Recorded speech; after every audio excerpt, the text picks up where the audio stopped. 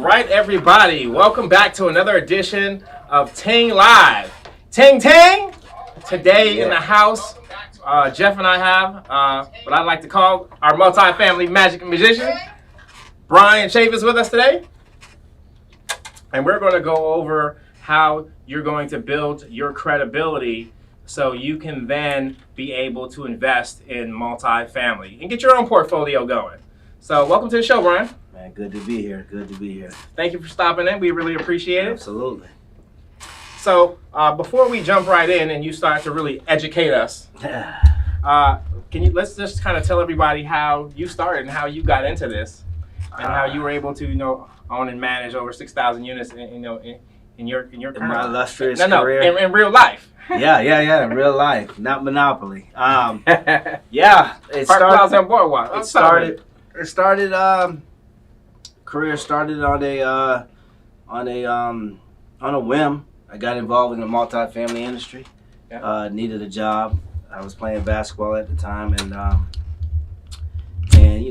my career was kind of coming to the end where the phone stopped ringing for opportunities and tryouts. So, my dad was like, through a series of events that happened in my neighborhood and back in Lakeland, Florida, my father was like, you got real Floridian. You're a real Floridian. You got to get a job, man. So my car had a Volkswagen Jetta, 1988, blue, beautiful. I remember it. Like it was yesterday. I remember it well. We all got that car. Bought it from my neighbor. Big shout out to Calvin. Bought my Jetta from my neighbor, but the car never ran. So I would have to jump it to get it going. Stick shift, exactly. Yeah. So I needed to find a place where I can live and work at the same time, and so I'm going through the ads and in the newspaper, come across a lot of these positions, leasing agent. Newspaper. See, that's before Instagram. That's before Monster, before Indeed. That was before. You had to get the old black and white out. The old black and white out. Run through. I was with one of my homeboys in the neighborhood. Big shout out to Dwayne White. Start making calls. I'm looking through, making calls, going to the unemployment office, faxing my resume. Back then, I didn't even have a resume. So for the millennials, a fax is the way we used to communicate, to send one piece of paper from one to the other. Send messages. So I made up a resume, doctored it up, and figured, I just take my chances when I got on the interview. If I got an interview, I would just wow them to death, and next thing personality. Once I got in the door, that was a wrap. I didn't need them. So anyway, man, faxing it out, get these calls coming in from the house, and I'm pressing the same white shirt over and over again, washing the sink, press it, washing the sink, press. So over and over again, to one of these interviews, man, I just landed a job leasing apartments, and that's kind of what started the career. Go in, get involved with multifamily for several years, over a decade. Moved in from leasing to management to asset management to acquisition specialist, where I'm taking on large projects, and that's really where a lot of the knowledge and industry skill sets I have. There's really nothing that I haven't managed or operated or seen, taken from the ground up, from developments that were in some of the worst neighborhoods you can possibly be in. 300-400 unit multifamily complexes, having to turn those on in a certain period of time, and then having to turn portfolios around.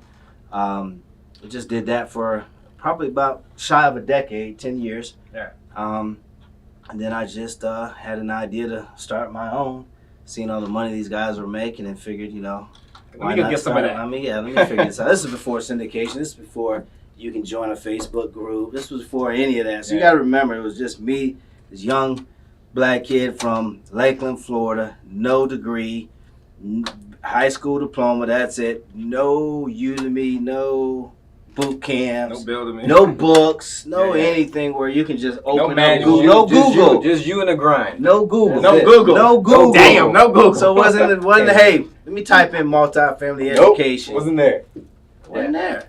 So, but of course, this is all I knew. This is, the business was all I knew. So, but there was a RIA group. So, I just had an idea to create a manual. Started out with a property management business, but I couldn't manage a business and then run 4,000 units 9 to 5. Yeah. So I was like, man, how do I be in more than one place at a time? with these investors going to these RIA groups. How can I really help them? Because I can't really manage their properties. I tried, but it was just too much. So I just wrote this manual and said, hey, I'll just write this procedures manual, and they can go and do it. Wrote the procedures manual. I give them the Bible. They just got to figure it. They just read the word. They don't even have to figure it out. It told them exactly what to do. The procedures step by manual, step by step. You seen one of the original binders? I think I showed you. And that's kind of how everything started. And that's what started the Landlord Academy. It started out as Landlording 101, then the Landlord Academy, and then raising my own equity and putting deals together where I was owning not only multifamily but strip malls, gas stations, and office buildings. That's kind of what started. I got with a group of attorneys that specialize. Before you go there, bro, let me say something, because I want everyone to understand that you had no experience. Correct. You started like from the bottom, out the mud. You leased off the newspaper. Yeah, off the newspaper. Leased and kind of just worked your way all the way up to the top office. Just hard work and hustle. And consider the time. No Google. I'll reiterate that. No way to just jump on and just type a word and then you get. So there was no YouTube. No YouTube. Nothing. No Google. No way to type a word in. It feels funny saying that. No YouTube. No nothing. Yeah, there was none of there's no outlet. So the hard part wasn't the multifamily. And that's what I hope comes across to your viewers today. The hard part wasn't the education. I got that hands-on. The hard part was understanding how to become an entrepreneur, start a brand, build a brand. Luckily, I was around some attorneys that did well, asset protection. I began to learn what it took to become an entrepreneur, read books. The E-Myth was one of the first books I read. Yeah, we're going to talk about that, yeah. And also read a series of books that these attorneys were reading. So I kind of just, they took me under their wing. I did all the grunt work. Good book, by the way, yeah. So, yeah, it's an awesome book. So I did all the grunt work and managing and organizing the properties, because that's what I did, 9 to 5. So it wasn't anything to me. They thought it was grunt work, but to me it was second nature. It was light work. Yeah. But that was the foundation that led me to what I'm doing today, where I'm providing consulting services to some of the most brilliant minds in the real estate industry, like Mark Willis, and we just signed on a new client today. Just guys that have over a 3,000 unit portfolio. So dealing with really heavy hitters, and government agencies. Still need that help, that structure. Oh yeah, absolutely. They still need that knowledge of really understanding what to do day to day, and that's the key. Is that I think people don't realize this multifamily industry. They don't like, a lot of the individuals don't like the understanding, or I guess the perspective of hard work when I'm saying be patient about the multifamily industry. Learn the property management, the asset management functions, then learn how to get into raising money. Step by step, people want to just raise money and buy the apartments, and right now that works out for a lot of people because we haven't had any corrections or any softening in the market. Equity's been a blessing. Everybody looks like a genius right now. So now, how is it from back then to now? Is multifamily different than back then when you were learning and what you're learning now? Or is it pretty much the same and you're just elevating yourself because of new laws, new different things? Or yeah, the laws really, Jeff, don't even really change all that much. Yeah. And even from state to state, it's probably the 80-20 rule is probably applicable. 80% is the same, 20% is different state to state. How you run and maintain the properties. Of course, because I came from the old analog way of doing everything, right. When technology was introduced, technology didn't run us to where I see a lot of property managers where their technology... They rely on strictly technology, right? Driven. Yeah. And if something went wrong, they wouldn't know what to do. Yeah, exactly. So, you can see plenty of YouTube videos where I'm taking properties over that didn't have electricity at the property, didn't have X amount, and I was still able to run everything off this antiquated system, which was originally the Landlording 101 manual, all the procedures, all the systems in place. I don't need a computer. You just follow this manual, go print this off on a copy machine, and we're off and running. Go fill that out. Right, applications, we'll do it the old-fashioned way. So, I think that's what is really overlooked today, is everyone's reading these books on how to do syndication, how to buy apartment complexes, and they want to hasten the bloom of the flower, and they want to get right into the multifamily, without paying respect to the industry and really understanding what it takes to operate. Or planting the seed and watering it. You're raising millions of dollars of other people's money in some cases as far as syndication, and even and that's worse. When it's your money and you're putting your own money at risk. I mean, that's you can pay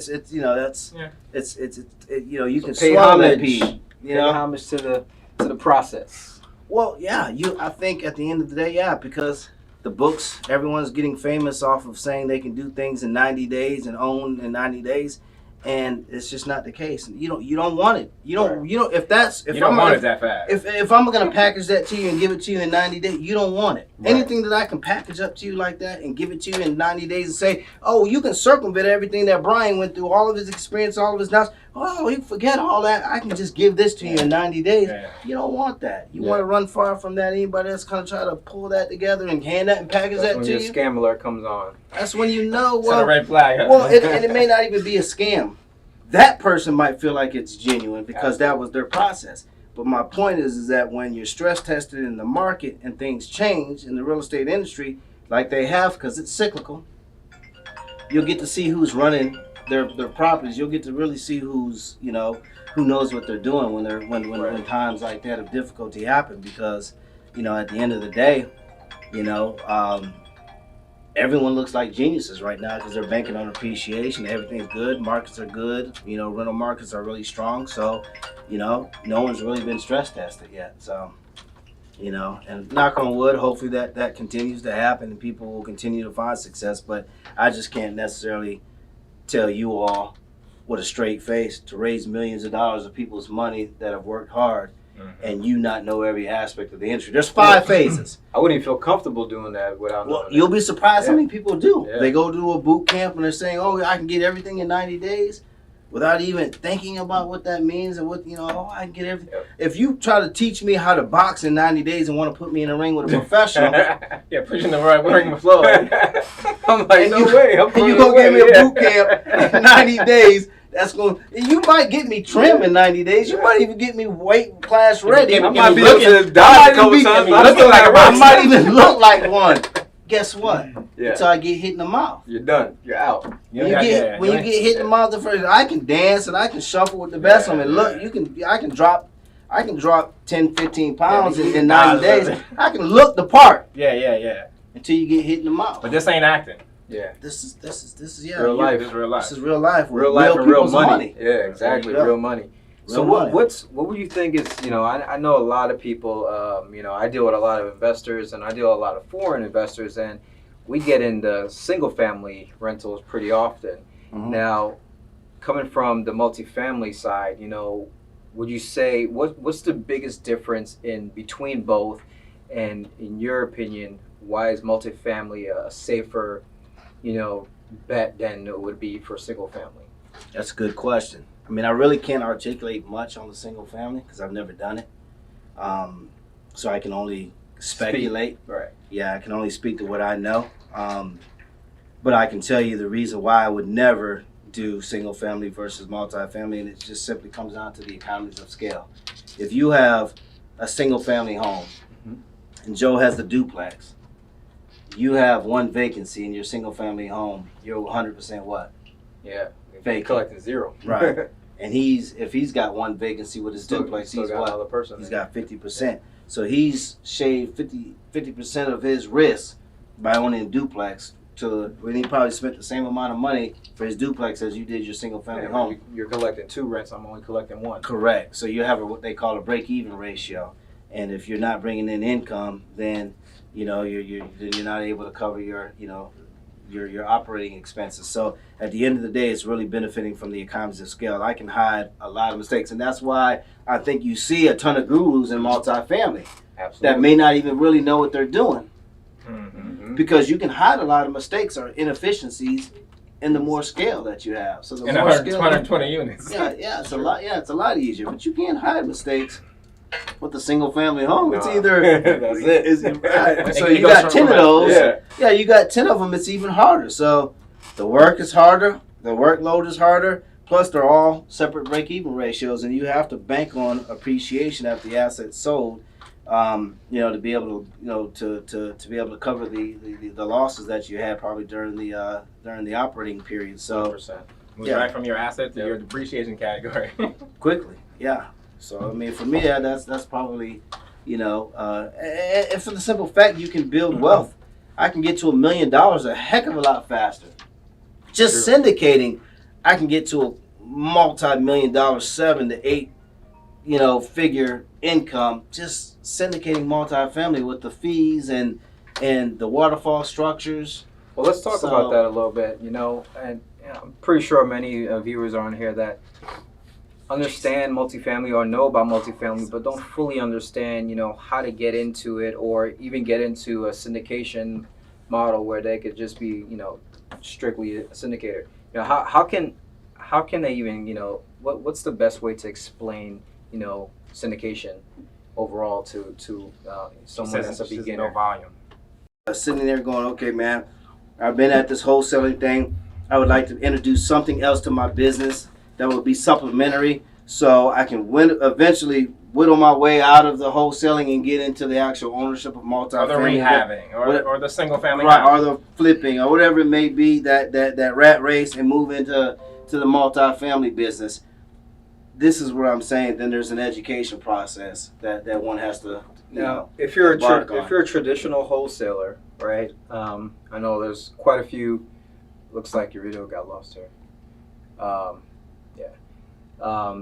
There's quite a few wholesalers that are looking to, maybe see if there's a way to get into the multifamily or make the transition. Get with someone like you and make the transition.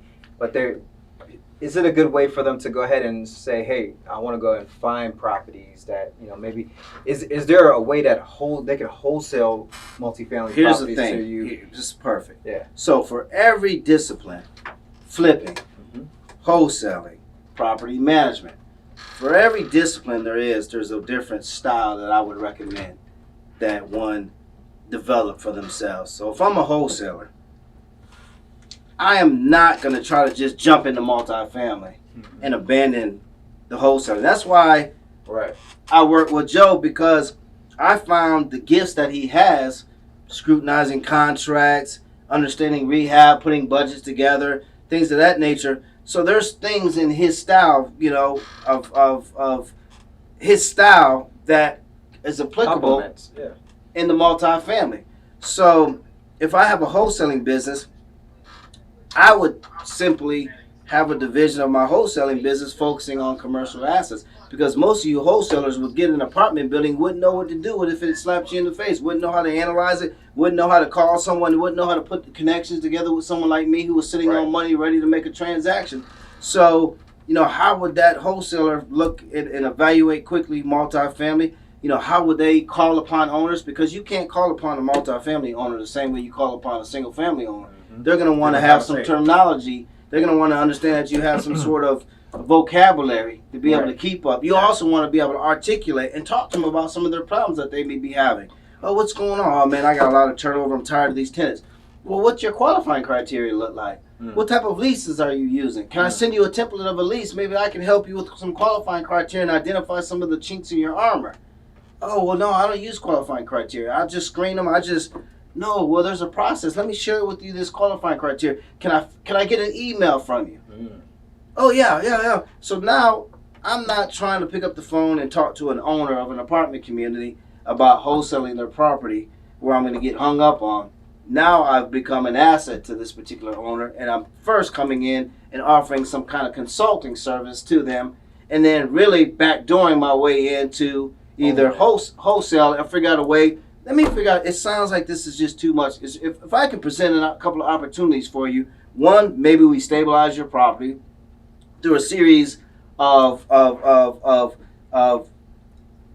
systems that we can implement right away, like getting you some qualifying criteria, maybe perhaps even getting you a solid lease, reducing your turnovers, and let's try that for 3 to 4 months, and possibly maybe we can see about refinancing.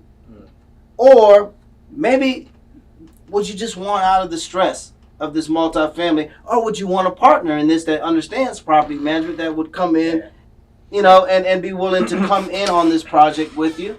Yeah, you go sit down and we'll take and you just sit back and wait by the mailbox, and this particular individual has skill sets, and they just want a percentage of the deal. And or would you be interested in perhaps some sort of financing yourself? So I'm working myself while you're trying to hustle. And you're giving them options. Giving them options, brother. I'm not only giving them more options. The less no's you get.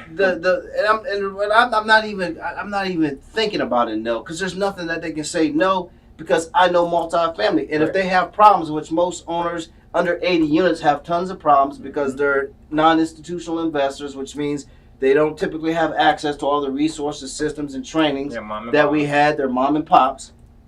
I already know you got problems. So I'm not going to even get a no. Right. Because I'm addressing issues that I know you probably have on your property. So now I'm building a rapport with you, and I'm trying to really figure out if I can do owner financing, if I can help you with the property, or really can I just help you with wholesaling this and possibly putting this deal off market together. Even if it's not pushing it towards a commercial broker, but keeping it in-house and not having all those junk fees thrown on top of it, and figuring out, can I push this to an investor or a syndicator that I may know in my database because I've started a network group or a thing live, and I've built this rapport or this database of individuals who are not interested in commercial grade assets, and I know 10 of those that sit out there, 9 out of those 10 will go through every wholesale company's fingertips. And that's no knock. This is no knock, and I'm sure he's probably right here. The Joe Dillons, the real, the all of them. And I know you're part of that great organization, but they're not talking about commercial wholesaling. No one talks about commercial. No one talks about commercial wholesaling. Which I think that's you bring up a great point, because there's a lot of people that have deals that fall through their cracks. Shit, I mean, I got a deal right now that I'm just remembering about. That happened in January. The guy owns 16 units, and he's just waiting for his mom to die to figure it out. And he's like, follow up with me. I totally forgot about that. I'm gonna call him. So that's that's the gold mine. They've owned that house since the 20s. That's some syndicator startup. See what I'm talking about? That's some startup syndicator's dream. Yeah. And so if I have a wholesaling business, I'm developing myself a series of scripts that positions me to look smart enough to be able to articulate property management, touch the key points in property management that I know, stress points that I know most owners are going to be dealing with. Develop my scripts around that, and then focusing on it, whether it's me or Jeff or Joe, whether it's you guys spending 45 minutes to an hour each day focusing on making those calls to those particular owners in your database, and figuring out a way to touch those individuals, whether it be through social media, through some direct mail pieces, whatever you have to do to get those owners and be of service to them. Meet with them, have coffee, help them stress test their situations. Get on the phone with them, make those phone calls. You guys do cold calls every day, but understand that you develop these series of scripts, and you have a rebuttal for every issue that they may have. You got an actual answer, and also ready in your clip, an email ready to go with, oh, well, I don't have qualifying criteria. Well, no worries, you do now. Yeah, we call that, and back in the day when I used to coach and teach, and we'll say, you pretty much just have like your toolbox, right? Mm-hmm. So you're going there and you're ready to take something out of your toolbox and say, hey, I got this. I got this, I got the tools you need. I got the tools you need, I'm ready to go. So I think that's, you hit some great key points, and a lot of wholesalers can actually utilize, because I know there's tons of people in there that have deals in their pipeline that, rather is small, or big multifamily, is something that they have that they're not even working on at all. And they don't have access to the pool of buyers. I've had 5 deals. When I was sick, I had a deal that I could have easily made at least probably close to $2 million on. So no one can tell me that it doesn't exist. Yeah. Because it happened. I could have bought it for $800,000. I ended up turning the property over, Bush Terrace, off of right behind Carlton's, off of Bush Boulevard, 40 units. You can see my YouTube videos. I mean, so everything I tell you guys, you can go check. No fluff. Fact check. Yeah, no fluff. Yeah. You go fact check. But it was appraised. It was owned by a private equity firm, really, which was a bank, who hired me as a consultant. First thing they did was say, Bryan, here's the appraisal, but we'll give the property to you for $800,000. Well, at this time, I'm paying for surgeries and chemo and all the various different things. So, I mean, I was like, no, I'll go ahead and take that consulting money, you know what I mean, up front versus trying to, pull $800,000 together when I don't even know if I'm going to be around in 9 months. So for me, it was, I'll take what I can right now because I've got bleeding everywhere. I'm paying for the chemo out of my own pocket. Yeah. I'm paying for the surgery that I'm about to go into. Literally 2 weeks. From the surgery, out of my own pocket. So financing all of this out of my own pocket. So I took the money in the consulting, but they offered me the deal on a silver platter. Wow. My point to this whole thing is, because of the knowledge and the skill set I had, I'm sitting in a position to have taken a property. So I said no. I took the consulting. I went in there and within less than probably 60 days, turned that whole entire property around. Thank God for the Tampa Housing Authority and the HUD-VASH program because I filled it up with all veterans, rehab unit, popped veterans in there, got the income up. They turned around, got an appraisal, and then they sold it probably 2 months after I went into the hospital. They sold it 2 months later for like $2.4 million. Bam. Paycheck. But I could have picked it up for that. So my point is, again, circling back, you can't tell me that you can't wholesale commercial multifamily. It's just that you don't understand it. So it's like, oh, let's dance around that. Or if you're talking about syndication, let's dance around it and talk about the equity raise and how to do syndications and how to raise money, how to put together a deal, how to underwrite it. Because all that's fun and sexy. Everybody loves that. Let's get the spreadsheet. Give me a matrix. Yeah, let's give me a spreadsheet. I'll start running cap rates and IRRs and don't know what the hell you're doing. Most spreadsheets don't even calculate the IRR correctly, which I had to show this guy. Yeah. With some of the things he brought. Oh, look at this spreadsheet I got. Fancy, looks good. But then when you run it, you'll realize that it's not calculated. It doesn't calculate IRR correct. So my point is that you get all excited about all this sexy stuff, but at the end of the day, it comes back to the foundation. These folks, deals will find their way to you when you understand the industry. Yep. I didn't say you had to master it. You don't have to spend 15, 20 years like I have in the industry, but you got to understand the basics of the industry, and then you'll be able to look at these deals and assess them quickly and be able to figure out how to set up your wholesale system, to complement what you're already doing, not to abandon what you're already doing in the wholesale or the flipping or the property management, but to complement. So if I'm a property manager, I'm figuring out a way to use my knowledge to take a percentage of ownership in the deal versus you saying, oh, I'll just pay you a management fee. Right. Keep your management fee. I'll take maybe 2% just to pay my bills, but I'd rather have 5% equity or 10% equity in the asset. Right. And you do that a few times, and now you got capital. You got 100%. You do that 10 times. I'll give you the exact number. You got 100% of something without ever putting your money in because you're the property manager. Yeah. If you're a flipper, then now you're using your skill sets on rehab and budgets and understanding how to use that to take your talents to someone like me who's a syndicator or a general partner like what Joe has done and say, okay, well, I can do this by myself, or I can find somebody who's got the skill sets and then I'll complement his skill sets and then I'll take me a percentage. And his 3 to 5%, 10 to 15%, whatever the deal structure, each deal structure will be different. But just at a minimum 3 to 5% on what the deal we looked at was the last one was 208. Or which one are you talking about? 208 was 23 million. What was that? No, it was 32 million. 32 million. You look at 3% of 32 million. I got to look at it. I know it probably look good. Oh yeah. So my point is that this. Yeah. So now you're scaling up, and this is where you can quickly be at this particular level. And there's tons of people at this level who really don't have any competition. The knowledge or the competition, the knowledge, both. And at the end of the day, and they're doing it, so there's really no excuse for anyone out there. It's just for me, I would say, just get the fundamentals, the education. I can help.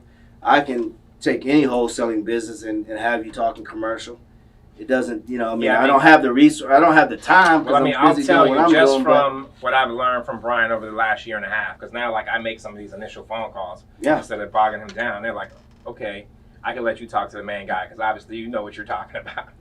Well, you're sitting at a table. At first, it wasn't like that. You're sitting at a table today, though, with a guy who was, and I bet you had the confidence today when you're sitting down and talking with from the conversation I could have with him, he was like, okay, you know what you're talking about. There you go. How much is that worth? And I was able to set up a lot of good stuff because he knew that I knew what I was talking about. How much is that worth? Can you put a dollar amount on that? That's going to be priceless. Exactly. You can't put a dollar amount on that, man. So what you're telling me is that the more education you have on a certain, idea or whatever that you put into, will reap the benefits. Yeah, I mean, I think it's just like when we learned wholesaling, right? Yeah. We had to study it. We had to figure out everything. We had to become an expert at it. And I think it's the same way with multifamily. You just can't jump right into it, but not knowing anything and just kind of, skate your way through. You have to really you definitely need a mentor. Well, here's the thing, too. Well, I got my mentor. Here's the thing, too. And I might be wrong here because, I haven't played chess in a while. But when you're wholesaling, you're flipping, or even property management, you're playing chess with rook, bishop, and possibly a knight. When you're doing it at the syndication level, now you're playing with the queen. You're in a much stronger position to make stronger moves. Yeah. Right now, you guys are in real estate, in an aspect of real estate, not investing. You're in the real estate, but you're moving and maneuvering at a rook type of. You're limited in what you can do. You know what I mean? We can only make an L. Well, look. But the board, when you look at the board, there's tons of rooks. There's more rooks than there are bishops. There's more, you understand what I'm saying, than there are knights. And there's only a couple of queens and on the table and knights on the table. So you're playing with much more rooks on the table, which means there's a lot more competition. Oh, you mean pawns. Pawns, thank you. Pawns.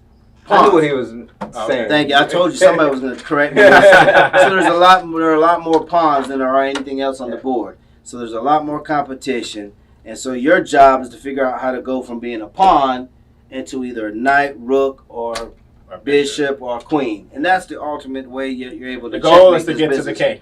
That's it. Or queen. That's the ultimate way. The ultimate goal is to get to checkmate, and you need to do that from a position or a position of power and leverage. And you can't really leverage at a pawn. With pawns get sacrificed. Exactly, it's day-to-day activities. Like I said, you get sacrificed. You get sacrificed. And there's nothing wrong with it as long as you know going in that you got a timeline and that you got to move quickly through. You take what you've learned because could have been said for me as well as a leasing agent. I'm a pawn. Yeah, I'm the same way. As a manager, as a manager, right? So anything you do, there's a time. Learn and advance. Learn your position and move on. And don't just sit. I literally did this when I was in corporate America. Like, if I'm not out like 2 years, I'm moving up. If I'm not moving up, I'm moving out. That's all it was. So I had to continue learning until I got to a level where I wanted to increase my pay. And go up, and if I wasn't, then I was going to leave for a higher pay at another job. That's what I did at corporate America, and that's what got me into getting high salaries. So I believe it's the same way. If you're going to be doing if you're going to wholesale, or you're going to be a wholesaler, become a really good wholesaler, but then take that knowledge and apply that as something else. And that's what you guys got too, and you guys got that knowledge. You went to Real. I think those guys have. Oh God, they've got the wholesaling system in a box. It's ready to go. You know what I mean? I forgot who you went to, but I know you went to some skill. You went and got your system in a box, your mastery training. Yeah. But that's it. It's just making sure you're getting that training, but also understand that there's a timeline and this is a game of chess and there's you want to get to the position where you have equity in the actual building itself. Absolutely. Ownership. Absolutely. So you don't want to trade paper and own a contract or own a building on contract and only own the paper for an hour or two before you go to the title company. You want to own the building itself. If you don't own it, then we really have talked and wasted our time. We ain't talking about anything, much of nothing. Absolutely. I love it. Absolutely. All right, Brian, so talk to me, talk to everybody I believe there. I mean, with the books and manuals and stuff you guys will get, I mean, you will know that you've just been educated on multifamily. Yeah, and now this is something that you will be able to go out, and if you're a realtor, you'll now be able to go out and manage property. Yeah. Yep. That's awesome. And you'll have the backing of an actual certification from this man saying, yes, they have taken the hours that they needed and got the credits to say, yes, I've been trained. A great resume builder. Yeah, Yep. which most people don't have, and really surprises me because we see this constant, time and time again, Brian, where people are running management companies. Look, I sat in a management with a property management this morning. Love the guy, but he hasn't had this kind of training. No. Because now, since I've been working with him, these are the kind of questions I ask, right? Yeah. Well, the real estate market gets slowed down. You stop selling houses. You're like, oh, well, I'll manage because And that's exactly what happened. How they got to get involved. And I'm like, okay, well, what kind of training or certification? I don't have any. It's hands-on. No, I just went to the real estate, got my property management, and that's it. Yeah.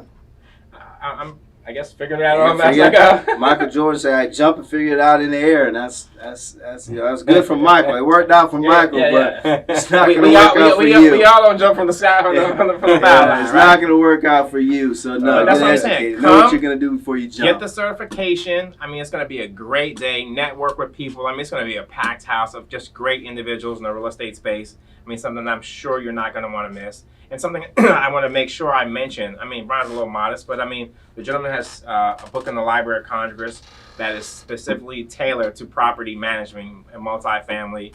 Simon & Schuster best-selling author, not Amazon best-selling author. Simon & Schuster, same people that publish the Clintons. Yeah. So, I mean. Joel Osteen, the Clintons. Yeah, Joel Osteen. Colin Powell, you name it. Look, I wouldn't call it unless I knew. I mean, the guy is the real deal. Holyfield. So, I mean, if you are looking to get into the multifamily space, this is definitely someone that you want to look into. Go to the website, bryanchavis.com. That's BRY Chavis.com. And check him out. Google him. That's what I love to do. Always network always pops up. Yeah, I know. Everybody wants to know the net worth. But Stay out of my pockets. But Google him. I mean, do your research on him or anyone else that maybe you go to get educated. But do your homework and find out if the mentor that you have is the person that you want. Because look, I know it's always been a goal of mine. I mean, I remember 10 years back having the I will own 500 apartments up taped in my mirror, right? And when I got to that point in my life, and when I met Bryan that November or October, he didn't know, but I was like, nah, this guy's gonna be the guy that teaches me. And I sought him out. Subtly, because I didn't want to be like a sweater. But I just made sure that he knew I was interested. And eventually, we were able to sit down, have that. Did you play hard to get? I did. we had that, but we had that one good talk. And it was like, all right, we on the same page. And man, we've been rocking ever since. Yes, sir. So, any other questions, Jeff? Books. Let's talk about books you recommend and books that you have. Buy, rent, and profit. There you go. His book, Buy, Rent, and Profit. And good night. The landlord entrepreneur. Drop the mic. Man, I am Well, I can tell you the 5 rings of the book. I mean, I take a beating. I take a beating. I mentioned this, and someone else thought that it wasn't. That my philosophy was misguided. And it may be. What works for one person may not work for someone. Sure. Styles. It's everyone's got to. I'm up at 3:30. I start my meditation prayer. I'm a different animal. But I expect different results, and then when I get different results, you can't just say I'm an overnight success, because if you look at the track record, you look at what I'm doing, and the proof is always in the pudding.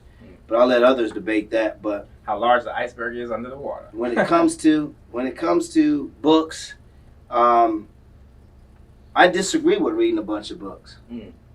I got 4 or 5 books, and I continuously read them over and over again because it takes a while for me to instill and ingrain a lot of what I'm reading into my day-to-day walk.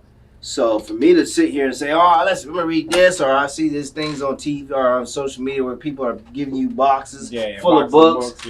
How can you retain? Some people may. How do you retain all of that? I'm dyslexic. I can't do that. And I can't retain it. I can tell you. How do you implement that in your day-to-day walk? So for me, you got to take a book, you read it once, you read it twice, you read it 3 times, then you begin to implement it in your day-to-day walk. So for me to say, hey, look, have this book, read this book, I think what that does is it impresses. It's an ego thing. It's that people jump on there, and that impresses certain people. Mm-hmm. But I'm gonna be honest with you, the people that I'm in the company with, I played golf with some people today. I won't drop names, but I'll drop Mark's name because, he's told me drop my name. But the company that I keep, if you look at the company that I keep and who I'm around, top level, very powerful individuals. These folks ain't interested. I read 15, 20 books. See, that doesn't. What have you implemented? Exactly. What is your day to day? What have you actually implemented in your day to day? Well, I don't care if you read 50 ways to juice. If you ain't, if you haven't implemented, you haven't implemented. You're not losing weight. Your skin ain't looking any better. You can't run a mile without. I can care less that you read 20 books on how to lose weight, 20 books on how to go vegan. If you're still, doing the same bad habits that you were. Still eating meat.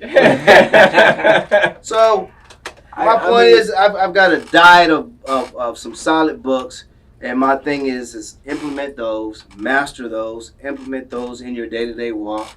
And when you're comfortable and you've done that and you've implemented in your day-to-day walk, then move on and grab different bits and pieces. But so I try to focus on the Book of Five Rings as always, the Bible. I'm always I'm always interpreting and getting spiritual references that I need out of the good book.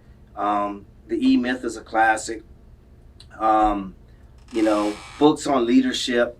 Anything from John Maxwell has always been really impactful. John has a great way to help individuals be able to implement certain things right away that can help you on your day-to-day walk. So I do seek out books where I can really get something and implement them. I'm always listening. So, I'm an avid person of getting in on the treadmill and putting in my work and then listening to audio or some sort of motivational something where I can then listen to what people are saying and digest it that way and visualize. So, but if you are a person that can read 15, because I'm saying, this is me. Yeah. My wife can read 10 books. My wife and be like, boom. So I'm not talking to you if that's you and you want to read 10 books. That's not what I'm talking about. The man asked me what I do. So I'm just saying I don't necessarily try to read a bunch of books. I'm more so give me 3 and let me implement them in my day-to-day walk and let me have implemented them for more than 6 months. But to be honest, I actually like that approach better because I feel like, and I that's not the first time I've heard this. I've heard it from, I can't remember the source, but I heard it before, stop reading a bunch of books, but implement, read one, implement it, and go through it because, read it. And I guess there's some companies out there now that's actually giving you like highlights of like the important stuff of books in that way because most of the time you read an entire book and you're only retaining a certain amount of information. There's only a certain amount of information that actually the first, really the middle, and the end. Everything else is I mean, at the end of the day, like I said, no matter what, however you retain information, whatever your process is, you got to figure out what's comfortable for you. I'm just saying, make sure you're getting that knowledge and you're sowing seeds in yourself and you're investing in yourself. And stop trying to hasten the bloom of the flower.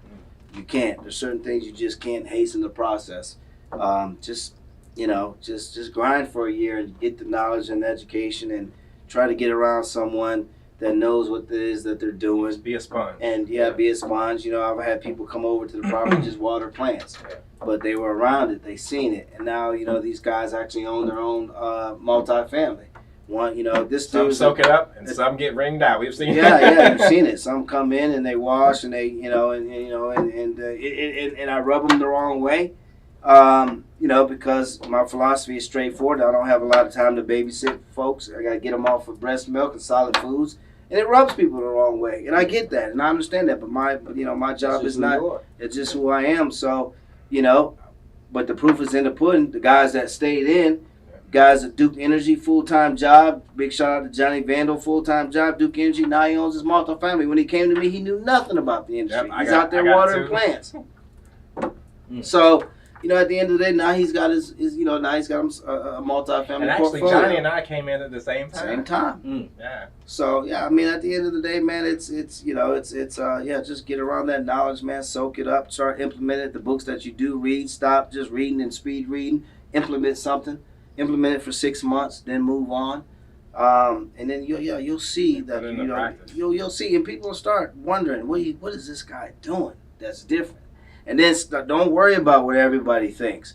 It's one big thing. He'll tell you, don't worry about what other people are thinking and what other people, may. You gotta block out the noise. Yeah, don't worry about what other people are doing, and yeah, just focus on your walk, and focus on what you're passionate about, and focus on what God has you, your anointing, your spot, and if you're doing that, man, day to day, I'm telling you, it makes for a better life. It makes for a better husband. You make a better father. You make a better friend.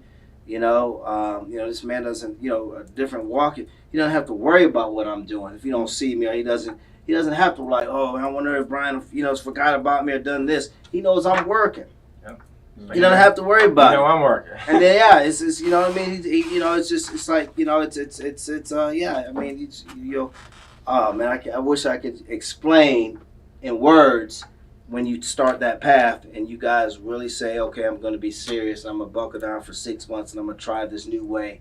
Waking up at X amount, you don't have to do 3:30 like I do, but waking up at 5 a.m., meditating, prayer, then how that fasting will lead to fasting, then how fasting then leads to, change in habits and diet, and then how that changes in energy and health and your aura, and how that changes the way you approach your children. You're not tired, you're not frustrated, you're not short-tempered, You're more focused. You know what I mean? It's you'll begin to see, and it's harder before it gets easier. There'll be a time, there's a threshing period. It's always going to be much difficult. There'll be a 6 month to a 9 month period. It might be longer or shorter for some people. But there's going to be a period where it looks like what I'm telling you is completely garbage and BS. And that son of a sold me a bill of goods, and I ain't seen. Matter of fact, I done seen more drought than I did when I first seen this clown. It will happen because that is. It happened last year when he was discussing me losing weight, because it took me like a year to lose all that weight. Yeah, but it came off. But you know what? Honestly, we've done that too. So my wife, she lives by Miracle Morning, which is get up early, meditate, have your time of silence and read, listen to audio, and we do fasting as well. So like that process, does help you. It's clarity. Just makes you, bro. Your mind's more focused. You're like laser focused. And I feel like I'm sharper than and everybody I mess with. Better with the kids because her stress level was like, woo, it was gone. Like Yeah, you can look at you guys. I remember when I seen you at the first BRP. Oh man. You know what I mean? I remember, the weight that you were weighing in at. It's different, and I had enough for everybody at the table. but we both did. Yeah, but that's what I'm saying. You see these changes and how they're, you guys have been consistent with it, and that's just the tip of the iceberg. You are just not even. You haven't even scratched the surface. That's just the tip of the iceberg of what you guys are able to do. I was able to get my motor skills back, get my speaking skills, my motor skills. I was able to do all that without physical therapy. When I'm literally paralyzed and drooling. There's footage all over social media with me not being able to do just basic stuff. Yeah. So I'm not telling you things that I've heard or read out of a book. Yeah. Or I went to somebody's boot camp, walked on fire, and did what? I'm telling you, fire breathing, fire walking. I'm telling you exactly what it takes to stare something like a brain tumor and cancer in the eye and say, I'm telling you exactly step by step exactly what to do to change what you do as an individual, because that's the most important change, not just what we've been talking about real estate wise, but how to make that change as an individual, then how do you stay on that quest, continue, because once you get started, brother, it's that quest to the spiritual side of who you are, that doesn't stop. That'll take you all the way from where you are right now all the way into when you transition. That is, and I'll say this and I'll leave, but that was the toughest part of what happened to my man Kobe Bryan, is because you can see that there was a transition. You were watching a man that was things that were happening, manifesting from Academy Awards and all these various different things, and the businesses that you guys are just now figuring out that he was doing and that's coming out in the public. But you were seeing the transformation in a different walk. How he used all that, harnessed it, and then put it into a laser focus, yeah. and then started branching out into all these various different businesses. And and I got to speak. Big shout out to my man Chucky. Played golf this weekend. Chucky's a part of the Chavis Capital team. Chucky played with him, and we got to really talking and really, crying, sobbing about the situation because, but in the same breath, it was like, wow, this man was doing what I wish for you and what I wish for you. This man was doing it. This is what I envision all of us doing. His walk, what he was doing, that aura, that's what I see all of us being able to have. Not just one, not just this person or that person to come through this boot camp or this real program or that, program or this but everybody achieving that because that's what he was showing you. And Kobe say, man, he wasn't in the beginning wasn't the most talented. I mean, he was talented, but he wasn't. There was nothing that said I'd be one of the greatest players ever. I can score 80 points on anybody. There was no real true evidence. When he came into the league as such, this man had to put in the work, and he put in the work. 4 a.m. Hard work. Chucky told me these stories are true. We show up to the hotel with the opposing team. Everybody gets in around 11. Okay, hotel check-in. Everybody kind of does whatever they want. They go out. They do. Kobe's at the gym. He checks it. Get to the hotel at 11 a.m. Kobe gets dressed, gets settled, and heads right into the opposing team's arena and puts in the hours, 4 to 5 hours. Comes back, then eats, team meet, whatever. But that's what he's doing. He's not out at night, 2 a.m., 3 a.m., when everybody else was out at night. Man. This man was, he was determined and laser focused. That's why he was the Black Mamba. But here's the thing. We talk about the Black Mamba as if it was something obtainable by only a select few. Mm-hmm. And it's not. If you tap into that and you put that work ethic into what you do. Anybody can be a Black Mamba. Everybody's a Black Mamba. Yep. And we'll end on that. Yeah, I like it. Bryan, thanks for coming, buddy.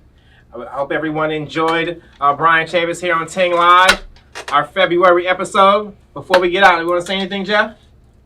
No, this was a blessing to have him here, and I hope you guys really retain that knowledge that he just spit out, not just about apartments. If you're wholesaling, is getting into just educating yourself, and then also life itself, which I thought was like the biggest part of it is transition into a better human being, so you can actually get a legacy. Yeah, exactly. So, thank you for coming out, and we're gonna end it on a ting ting.